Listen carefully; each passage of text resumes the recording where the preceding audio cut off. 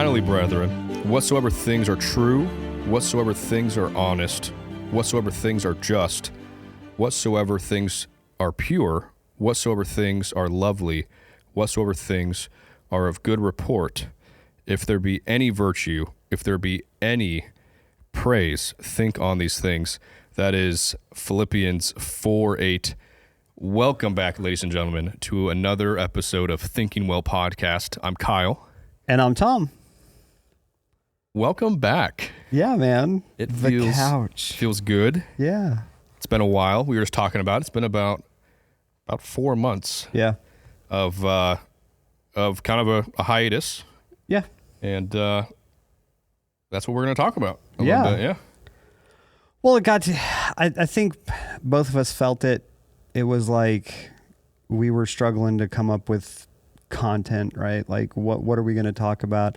I feel like, and I mean, everybody that we talked to really felt like we had covered things that people had questions about, and really good feedback from a lot of people. And it was kind of one of those things where we didn't just want to push out content just because there was some kind of self-imposed deadline on everything. Yeah, just right? to get stuff out to fill a time slot. Yeah, for sure. To the point of the verse, right? Like, if we're just pushing stuff out to push stuff out, what things are we providing for people to think on? So, we got together with our pastoral staff and bounced some ideas off of them, and they gave us some input on just direction and things that we could be doing. And so I guess we'll just talk about what we're gonna do. Yeah. So I guess the idea is to say we are back. We're going to start recording more episodes. We'll talk a little bit about just kind of a roadmap, where things are heading, way more series-based. Yeah. More, series studies. So there'll be more things to dive into that are more related content. But yeah, so one of the things we definitely want to do, and just so you guys are aware, there'll be this episode. We were talking about this not too long ago. Is we're about mid-October, right? So you're getting pretty close to November, the holidays, where we would break anyway. Yep. So there'll be this episode. There'll most likely be a Christmas episode between now and the end of the year. Mm-hmm. And then I would expect the first few weeks, if not the first week of January, it's, hey, rubber meets the road. We're back on it bi-weekly. But what are we talking about, Tom? Well, so I think when we talked through stuff and we threw out ideas and things like that, I thought it was a really good idea to kind of do the topical, hey, let's cover a series, right?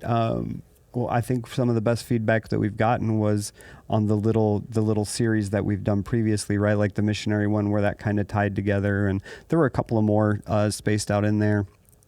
So, and we're also trying to line up a lot of guests. Right. We're tapping into some resources that we have outside of our church, people that we've had come in, missionaries, people that are involved in different aspects of ministry. I know that I've already reached out to a guy by the name of Joshua Sturts, who is involved in Couriers for Christ. Super cool story. He's already agreed to come on. We've just got to work out the details with him. And that's kind of what we've been using this time for, right? Is like get a plan together, reach out to some people to where it was very difficult for us to get people to be on the show with the limited time frame that we were trying to get people on the show, right? So being able to kind of plan out a little bit more and set that up to where we can have content that's pre-recorded that's going out, and at the same time we can have, like we talked about right before we started up, right, like kind of drop in episodes of like testimonials and right. Some of those episodes. The testimony episodes are still some of our most beloved, and there's still, several people that I'd love to bring on that I think that would be a great blessing for you all to hear. So we'll sprinkle those in as we move forward. But yeah, Joshua Sturts, we have several others that we're in talks with, and as those things develop, we'll introduce those. But some heavyweights, if you will, some real heavyweights in the faith, in our circles here, and we're really excited to be able to talk with them about some of these some of these subjects. Yeah. So we've kind of mapped out content, and this may sound a little ambitious, I don't know, but through the end of 27. Because of the series that we're trying to take on. So one of the first series that we're going to try to tackle next year coming up is going through the 10 Commandments, right? It's something that we've all grown up with, but I think sometimes as we get older and we're adults, we kind of lose sight of how they were originally intended, how they apply to us today. Right. How they bounce off of some observations and some statements that Christ made in the New Testament when he was asked certain things about the 10 Commandments. I think, Tom, a lot of people, they get into the Gospels, right, or even, the epistles, Paul, and they get all this great stuff. I think a lot of times people tend to just kind of forget and just kind of, they can become lower and lower, that part of their Bible where the law is given, it's still applicable in today's, Christian's life today. So we're going to go through that. We're going to go, maybe, one per episode. I think there's enough to really kind of go through all of that. Yep. But we'll talk about each one, how it relates to things Christ said, its application today, and maybe historical significance, and what that would have meant to them back then. Yeah. But I think it'll be a really, really great study. Well, and I'm kind of excited about some of the Old Testament stuff that we're going to be going through, because like you said, right, like we get into the New Testament and we're under grace, right? And so a lot of the Old Testament stuff we don't really, I've found here this year in a lot of my studies that I'm winding up in the Old Testament a lot, because there's so many historical recordings that parallel things that we go through in our lives today so very much. And don't get me wrong, I love the New Testament, right? Like Acts is probably one of my favorite books, and I'm hoping to get there, maybe out past sense, everything, you know what I mean? About you, but just the way that, the church came along, and the way that the Holy Spirit and those they weren't young Christians, right? But they were young leaders of the faith. Right. After Christ's ascension, kind of moved their way through the time back then. It's just like New Testament's super cool to me, but I've been finding a lot of like interesting and relevant stuff in the Old Testament. So I'm excited to get into some of that. We're going to try to have some female guests on to kind of cover some things. One thing that we're really kind of looking forward to and hoping that we can line up is somebody that I won't drop any names yet because it's not completely solidified, but just to come in and talk to us about our associate pastor Dan had thrown out an idea of 5 women in the Bible that you can learn something from. And there are many important women in the Bible, and they're not just women that women can learn something from, right? But that we as men can also learn something from, in the way that they led, in the bravery that they exhibited, in the faith that they had. Absolutely. So we've got that. And I think the big one, it's a big one. The biggest one probably that we're going to tackle, the book of Revelation. Yeah. Not Revelations. Yeah. It's so funny. Like the Lesson very first episode, the very first title for the very first episode that I kind of is specifically that it's Revelation, not Revelations, Singular. right? And then I think the second topic for the entire book is like of Jesus Christ, not of John. Like, it's an important distinction. John was just the recorder, right? Well, Revelation is such an interesting one, right? I think a lot of people, I know it's true. I think a lot of pastors, a lot of congregations kind of shy away from studies because it's a hard study. For sure. It is a very difficult passage of your Bible for sure. Oh yeah. But it has a purpose. It serves a purpose, and we're going to dive into it. Maybe a similar structure. Maybe it'll probably be less than a chapter, honestly, because it's so much stuff. So that study alone covers most of 26. We'll just call 26 Revelation. Yeah. Because kind of how we've gone through and broken it down is like the churches, right? We're going to cover Ephesus and Smyrna and Pergamos and Thyatira and Philadelphia and Laodicea, and then jump into preparation for the tribulation, right? Right. Then the rapture. Then, and just on and on and on, right? Like we're gonna make an episode out of every major event. Makes sense. Yeah. So I'm really excited about that. Well, there's a lot of guests that we have on our mind to come in and help, facilitate some of those conversations as well.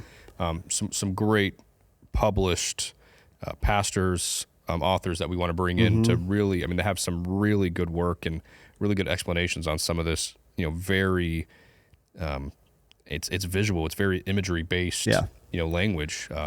But yeah, I'm excited for that. Well, and when you talk about Revelation too, like so many people are like, well, what does this mean? And what does this mean? And what does this mean? Like, I'm looking forward to approaching it from a perspective of like, regardless of what we may think it means, it's going to be bad. What is happening? Yeah.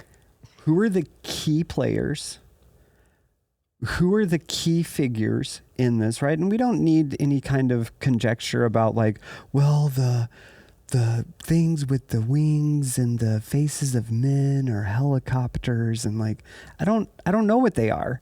Either way, not the point, right? Either way, they're going to be terrifying and they're going to rain down death and destruction. Right. Like regardless of what they are, whether they are an actual beast or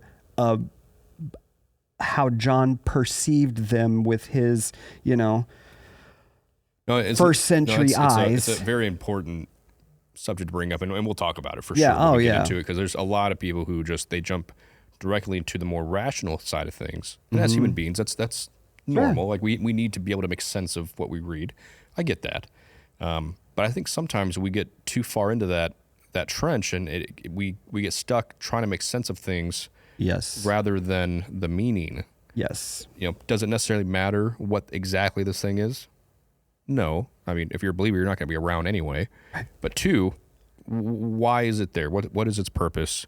It's going to be bad, right? It has a purpose. Yeah. It has a meaning. It's setting up for something, right? That is something about Revelation. Once you get into, past the churches, a lot of it's chronological. A lot of it's, hey, this happened in this session. So it's very, it's imagery based, but it's also, I think, surprisingly narrative based as well. Oh yeah. Yeah. It's on a timeline. Well, and I think like I'm looking forward to talking about some of the misconceptions that I had for the longest time about like the person of the Antichrist and things like that.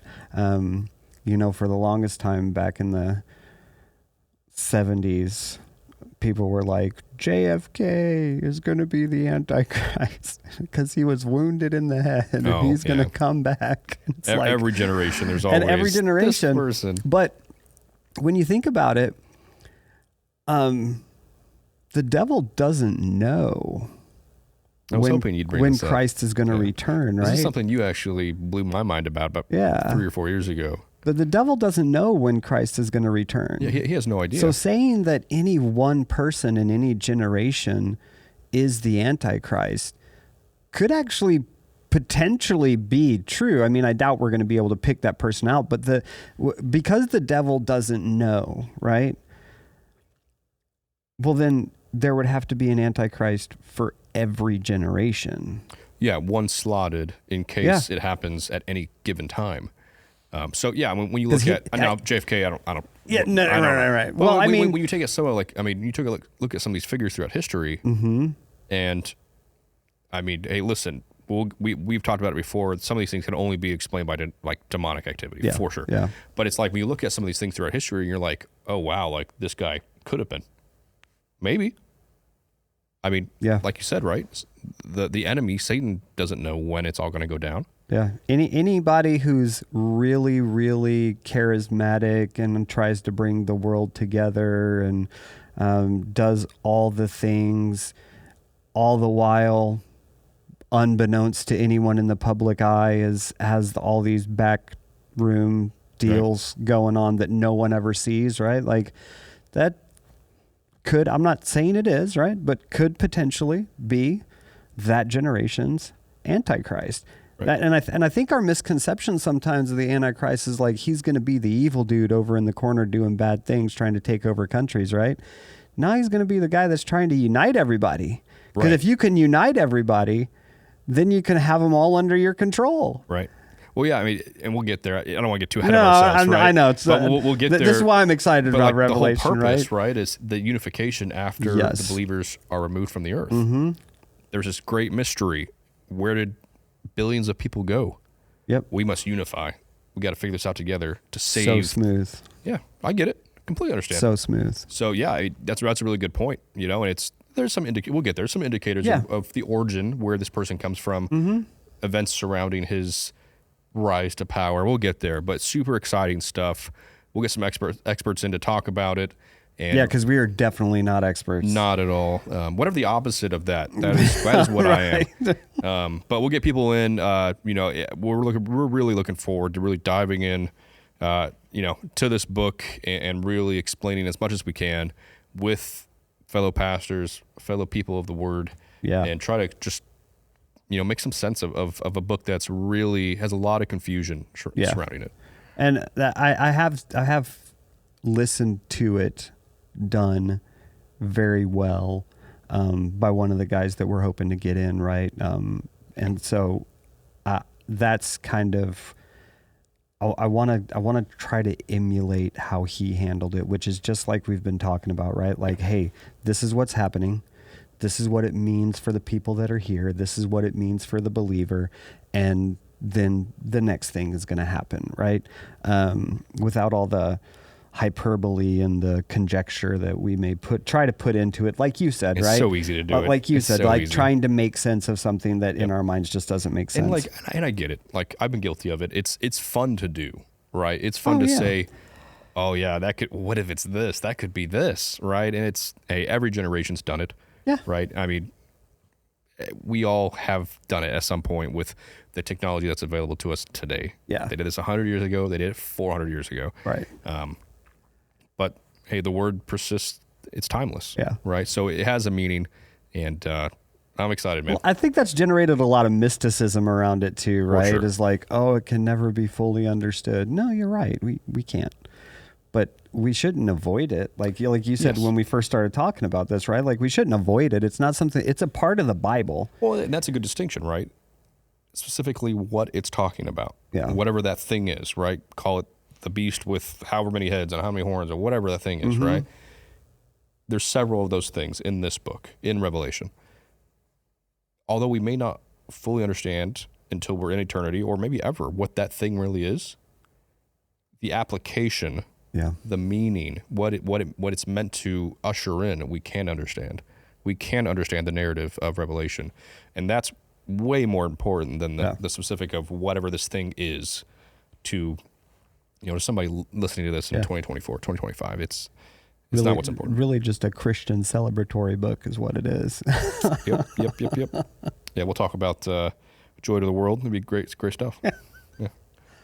And so then one of the other, and we may get to this before or after Revelation, is just going to depend on how we can line up guests and stuff like that. But I'm excited to talk about the tabernacle. We went through a study on the tabernacle here at our church in our Sunday afternoons. We had a bunch of different contributors. We've been blessed with quite a few like preachers and teachers here at the church, and each one of them, including myself, were able to preach on a portion of the tabernacle. And I thought it was really, the way that the tabernacle itself ties into Christ will just... I think I know where you're going with it. It will give you, it gives me chills every single time I talk about it, man. Like, and it was all because of that study, right? Like just getting into it and seeing how things were like, oh my gosh, like this is a representation of this. Well, I think this is it's a great segue. What you just said is a great segue. So in addition to everything, I'm also kind of putting together, with Tom, we're putting together, what I would like to do is look at our Bible and take out significant events or people. So we'll start with creation, probably the first episode of it, but talk about context. Hey, what does it mean in the original Hebrew? Yeah. Right. Let's talk about the verses. Let's get into our Bible, expose misconceptions. Let's talk about what this actually means. In a lot of these Bible stories, these characters in lights that maybe you guys haven't seen before. Yeah. Right. Yeah. Really kind of creating a genuine, a legitimate look at characters or events in the Bible chronologically. And I think what the good segue is there are things that I definitely didn't know until I reread it as an adult. Because a lot of these, I'm going to be honest, right? A lot of these people who've been in church for decades, you hear stories in Sunday school and they're fluffy and they end on a happy note and it's always great. But I think it's important as adults to really understand your Bible. Yeah. And there's some harsh things in there, but they have a purpose. Jonah was in the belly of a fish. They have a meaning. Yes. Yeah. What? But the questions that go along with Jonah being in the belly of the fish, right? Like, how big was this fish? And it said he was sitting in the belly of the fish. Well, in the belly of the fish, there's fish bile, right? Oh, acid. Yeah. So, he did not die. Yeah. No, he was alive. Yeah. Yeah. So like, when you wrap your mind around that conceptually, rather than just Jonah was swallowed up by a fish. You know what I mean? When we get to Jonah, there are some things surrounding that event, him being, what took place directly after he was spit out and what that would have meant to the Ninevites. Yeah. That I think will blow your mind. I think that a lot of people just don't understand some of the historical significance there. But we'll get into stuff like that, right? For sure. Like, hey, let's logically think through what this would have meant. And maybe some things you didn't know about the region at the time this happened and what that would have looked like to the Ninevites and things like that. But more importantly, what I was going to say is how it ties to Christ. Yeah. The tabernacle, Jonah, even way back in creation, right? The creator is Jesus. Yeah. Right? So everything, everything you're going to see, everything it ties all the way back to salvation. It's incredible. Well, I think that's it's not a new direction, right? But I think we settled there as our focus, right? Like Jesus being the meta narrative of the Bible. Right. How, where, in what parts.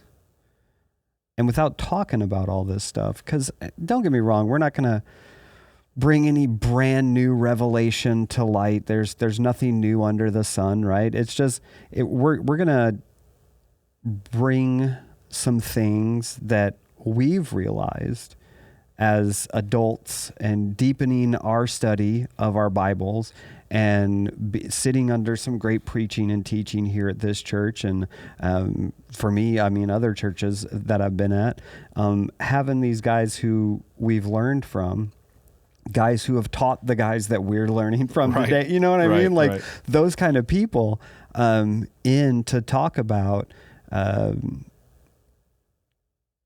all of those things in Philippians 4:8, right? Like those things that we're supposed to be thinking on, every single one of them. Christ. Right. Yeah, exactly right. The meta narrative of your Bible is Jesus Christ and what he did for you. So why should our podcast be any different? Yeah. Right. And I think that's, definitely one of the reasons why we took the break, right? Hey, let's refocus. Let's get a game plan together, and we're gonna start pumping out content for you guys. We're really looking forward to being back on the stage, doing what we love to do. But we're really excited. But yeah, that's it. Just knowing Christ and making Christ known, right? Yeah, that's absolutely. That's what we do. And something else that Zach says all the time, right? Like, we just want to learn how to do this book better. That's it. Yeah, and like what you said, right? Like we're not gonna, like there's nothing new. It's all it's all in here, right? might be a wackier perspective on some of it, but it's nothing new. It's all in here, right? And we're gonna do our best to, take it book, chapter, verse, right? Yeah. That's we're big components of that. Book, chapter, verse. We're gonna read it with you. We're gonna do our best to explain as what we can. We're gonna use different resources to look at the original language it was written in, and really try to just unveil some of these stories. And Revelation, Tabernacle. I'm really excited. I think it's going to be a great couple of years, and we're back. Yeah. We are Let's back. go, man. Well, hey, tell the good people how to find us again. So, hey, it's been a while. If you're excited about some of the stuff that we have lined up, we would love to hear from you. If you've just missed hearing the two of us talk to each other, well, you can drop us a line about that too. So you can drop us a line via email at podcast@lakeworthbaptist.org. We are on Instagram and Facebook at LWBC_publications. I'll also plug our From the Book podcast, which is just sermons that have been preached in this church before, and it's sermon series over sermon series over sermon series. And right now we're in, I can't even remember what week of Acts. We were in Acts in this church for 10 years. 62 weeks. I don't know. 62 weeks, Kyle. I have the actual number. It was a long time. Great stuff, though. Great stuff. And this is, in the break up until next year, it's a great time to get into that and listen to those things. There's plenty of content out there. If you follow our Facebook page or our Instagram, you will see it over and over again. But hey, we'd love to hear from you. And don't forget to, if you haven't caught up with all the other Thinking Well episodes, get caught up on those. It's a great time for it. Yep. Hey, they're down below. Check them out. Reach out to us. Tell us your favorite one. Ask some questions. We'd love to be able to interact with you. And we'd love that blessing. Also, you're a little modest, but also catch our other podcast, Well Lit Path. What psalm are you in now? So we're on Psalm 77 is what we're going into. And man, they have been, I don't know, man, the last 3 months have been just crushing me in the Psalms, man. The Holy Spirit has just been amazing. And that probably has a lot to do with my newfound love of the Old Testament, reading all the relevant stories that go with the Psalms and figuring that stuff out has been really cool. But yeah, thanks, man. Yeah, absolutely. Point is, there's a ton of resources, a ton of content that we want to get you guys. So yeah, if you can, check out all our platforms. Yeah. Leave us a like, share. We'd appreciate it. And look forward to what's coming next. Yeah. For sure. We'll see y'all soon. All right. Thanks, everybody. Have a safe week. We'll catch you soon.